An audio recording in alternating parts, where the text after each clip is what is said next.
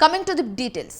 బంగాళాఖాతంలో ఏర్పడిన వాయుగుండం ఆగస్టు 31 అర్ధరాత్రి సమయంలో కళింగపట్నం సమీపంలో తీరం దాటింది.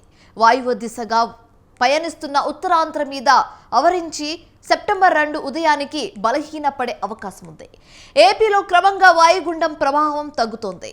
దీని ప్రభావంతో కోస్తాంధ్రలో పలు చోట్ల భారీ వర్షాలు కురిసే అవకాశం ఉందని, రాగల 24 గంటల్లో కొన్ని చోట్ల తేలికపాటి నుంచి మోస్తారు వర్షాలు పడనున్నట్లు వాతావరణ కేంద్రం తెలిపింది.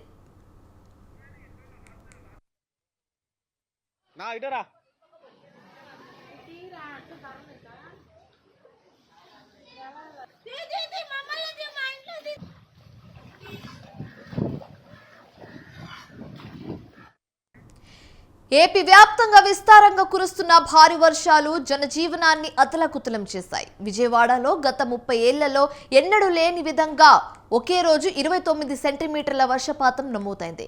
విజయవాడలో కురుస్తున్న భారీ వర్షాలకు మొగల్రాజుపురం సున్నపుట్ట సెంటర్లో కొండచర్యలు విరిగిపడ్డాయి.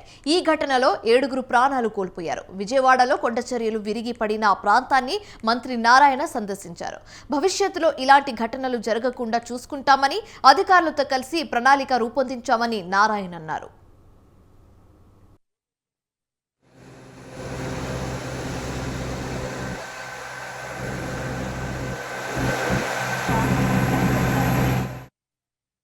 విజయవాడలో కండ్రిగా, వుడా కాలనీ, రాజీవ్ నగర్, ప్రజాశక్తి కాలనీ, సుందరయ్య నగర్ కాలనీలోని పలు ఇళ్లలో వరద నీరు చేరింది. ఎన్టీఆర్ జిల్లా నందిగామ మండల ఐతవరం వద్ద హైవే పైకి వరద నీరు రావడంతో జాతీయ రహదారిపై రాకపోకలు నిలిచిపోయాయి. విజయవాడ నుంచి హైదరాబాద్కు బస్సుల నిలిపివేతలతో ప్రయాణికులు ఇబ్బందులు పడుతున్నారు. ఇక నిన్న సాయంత్రంలో ప్రాంతంలో అగ్నిమాపక శాఖ సిబ్బంది ఇల్లు నీట మునిగాయి. మరోవైపు రైల్వే ట్రాక్ అండర్ పాస్ వద్ద 4 బస్సులు మునిగిపోయాయి. వీటిని అధికారులు క్రేన్ల సాయంతో బయటకు తీశారు. రైల్వే ట్రాక్ కింద నుంచి కనకదుర్గ వంతెన పైన మీదుగా వెళ్లే మార్గాన్ని పునరుద్ధరించారు.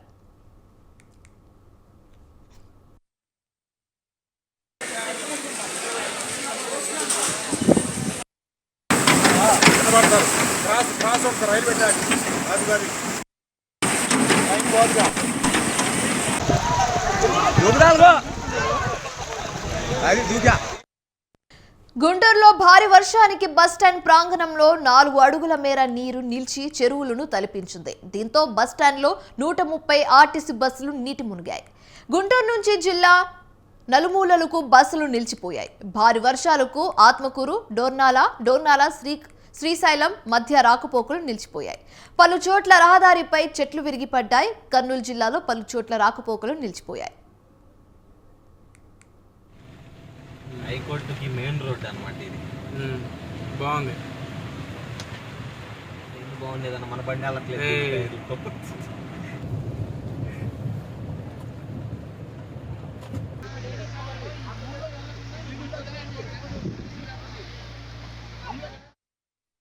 ఎన్టీఆర్ జిల్లా నందిగామ నియోజకవర్గంలో కృష్ణానది పరివాహక గ్రామాలు నీట మునిగాయి. ఇళ్లలోకి నీరు చేరడంతో జనం నానా అవస్థలు పడుతున్నారు. నిత్యావసర సరుకులతో పాటు ఇతర సామాగ్రి తడిచి ముద్దవడంతో ఆవేదన వ్యక్తం చేశారు.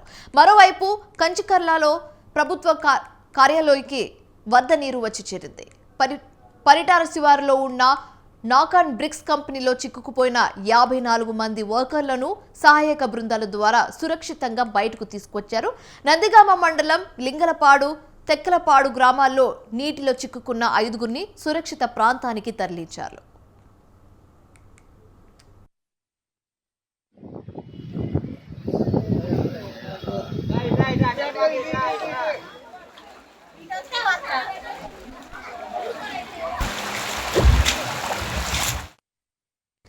ఎన్టీఆర్, కృష్ణా, బాపట్ల, గుంటూరు, పల్నాడు జిల్లాల్లో అధిక వర్షాలు పడ్డాయి. దీంతో 100 పునరావాస కేంద్రాలు ఏర్పాటు చేశారు. 13,227 మందిని పునరావాస కేంద్రాలకు తరలించారు. అత్యవసర వైద్యం కోసం 61 మెడికల్ క్యాంపులు ఏర్పాటు చేశారు. ఇప్పటికే 600 మందిని సురక్షిత ప్రాంతాలకు సహాయక బృందాలు తరలించాయి. 22 ముప్పు ప్రాంతాల్లో సహాయక చర్యలు చేపట్టారు. అయితే ఎటువంటి పరిస్థితులనైనా ఎదుర్కొనేందుకు సిద్ధంగా ఉందని ప్రభుత్వం తెలిపింది. వరద ప్రాంతాల్లోకి వెళ్లేందుకు 5 బోట్లు, 1 హెలికాప్టర్ సిద్ధంగా ఉంచామని ప్రభుత్వం తెలిపింది.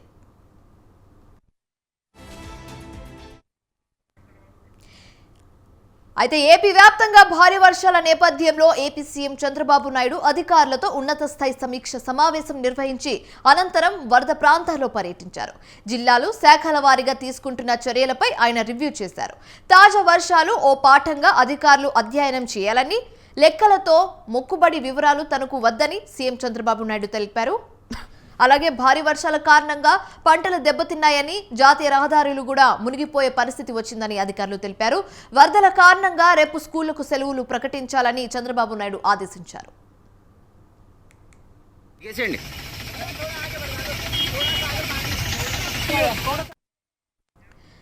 అయితే నదీ పరివాహక ప్రాంత ప్రజలు అప్రమత్తంగా ఉండాలని ఏపీ రెవెన్యూ అధికారులు సూచించారు.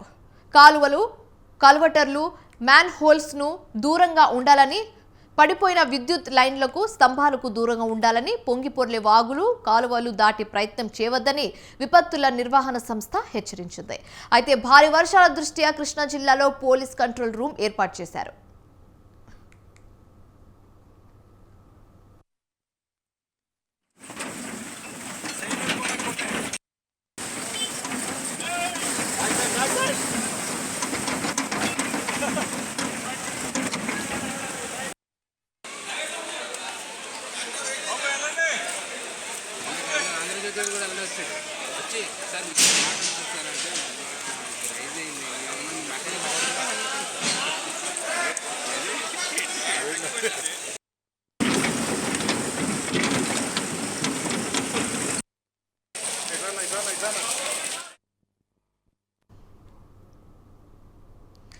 ఇక విజయవాడ విషయానికి వస్తే, విజయవాడలో ఇలాంటి విపత్తును ఎప్పుడు చూడలేదని సీఎం చంద్రబాబు నాయుడు అన్నారు. సింగ్ నగర్ వరద ప్రాంతాలను చంద్రబాబు నాయుడు పరిశీలించారు. భద్రత సిబ్బంది వద్దంటున్నా వినకుండా సీఎం చంద్రబాబు నాయుడు బోట్లో వెళ్లి సహాయక చర్యలను పర్యవేక్షించారు.